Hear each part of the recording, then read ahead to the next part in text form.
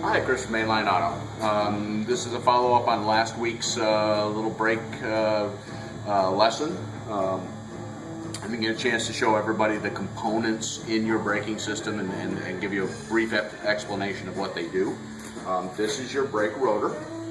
It fits underneath the wheel. It's a metal piece, generally about 3/4 of an inch or an inch wide. It's vented to allow the heat on the bottom. This is the caliper bracket we were talking about last week, where this is where most of the problems happen. With each new brakes, brakes are one of those things, if you can afford to spend the money on them, spend the extra money, because this is the part that fails.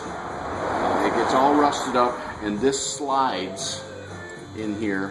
You can see that, and it releases the brakes. These just fit. If you can afford all new components on your brakes, do it. It just saves you a lot of hassle in the end, and your brakes will actually last longer. So these clip into the hardware. I might need to put my other glasses on to get those in. Oops, that was the top one, so that will fit. Okay, so that just clips in. This is the brake pad. This is what actually presses against the rotor. This little thing on here is a wear sensor. As you can see, it gets about 1/8 of an inch into the pad. This will actually go on the rotor and start to make noise. When you hear that squeaking, it's actually your wear sensor on the pad that's telling you, okay, it's time. You usually are able to save your rotor. These should be nice and free in here. They shouldn't rattle, but they should be nice and free. Over here on the bench, this is actually your brake caliper. You can see the piston with the hydraulic pressure pushes this piston out. It pushes against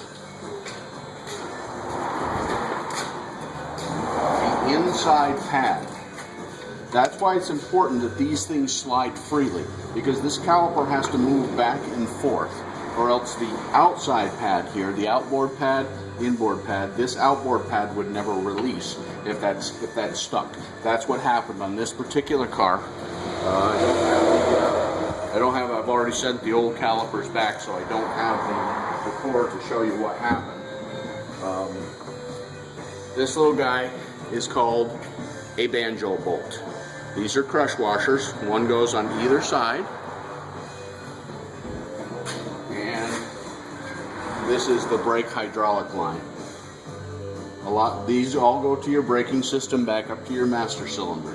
So this provides the pressure for the caliper, which squeezes the pads against the rotor. Chris from Mainline Auto. Have a nice day.